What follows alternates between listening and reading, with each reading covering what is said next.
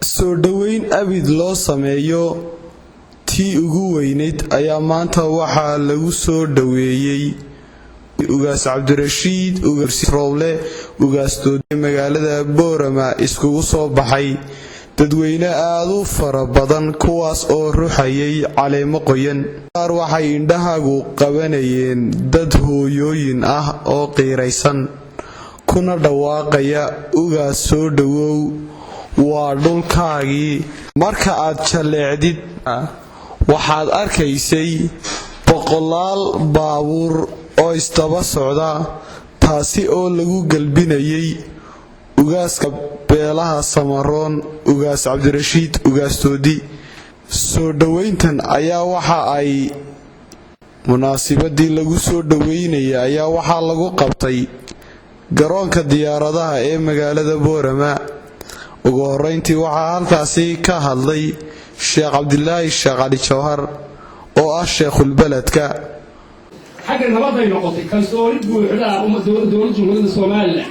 كسوري بوحدة حنا مقطع يعني كاسي وحنا أنا قلنا هاي بقولك كذي وحنا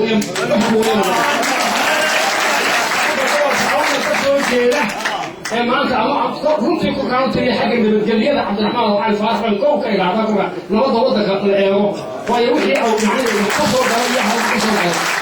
محمود أحمد جلال رأي هذا وضعتي إلى هذا ضبع ورضا عليه ولا يجي ورضا والله ما فوق قصري يعني حاجة سيدنا بالجريرة رجع روح أنت الله إلى هذا قبل أول البيت بالجريرة والرأس رأس هذا يعني ومد الصومالي البيت اللي مشي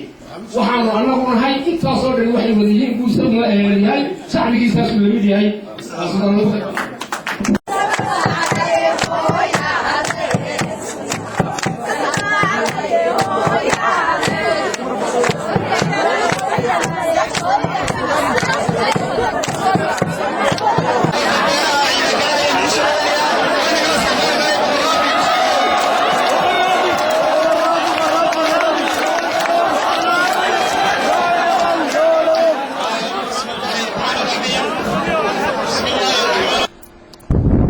kaloo halkaasi ka hadlay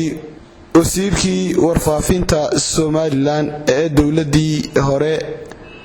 mudane Axmed Xaaji Daahir oo cilmi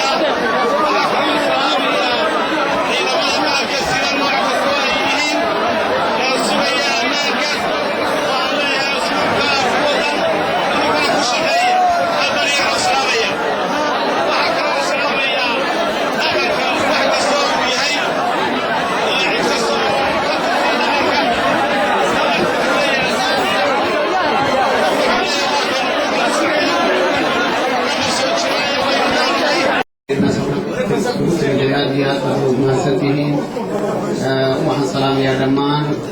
ummadda Somaliland oo ka soo qayb gashay xafladan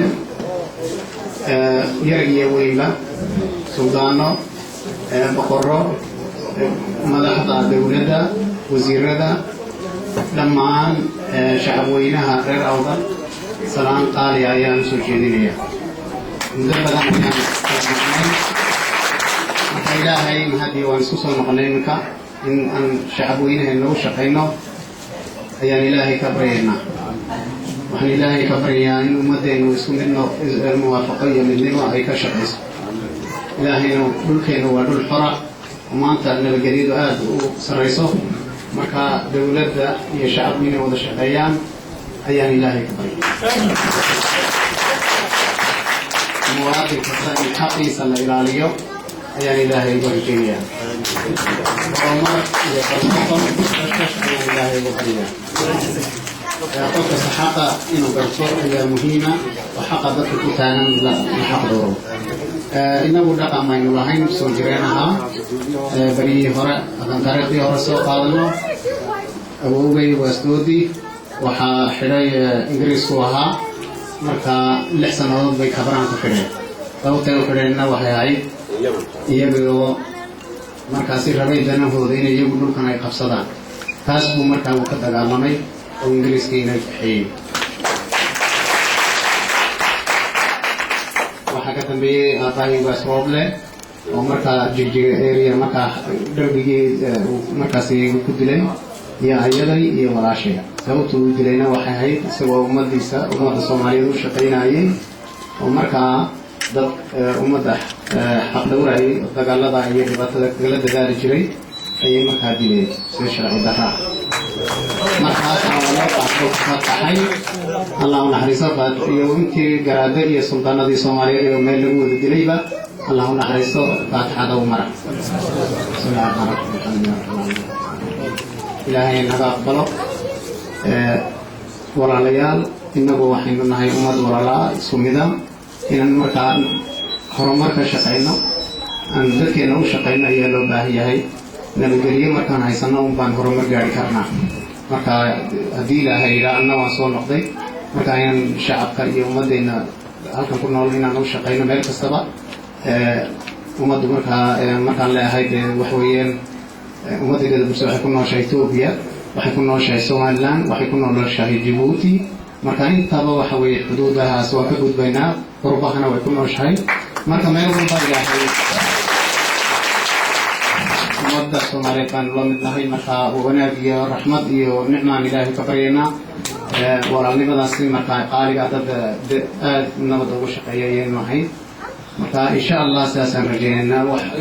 dhibaato iyo siyaasad iyo wasiiro iyo wax inagu ma doonayno waxaan doonaynaa nabadgelyo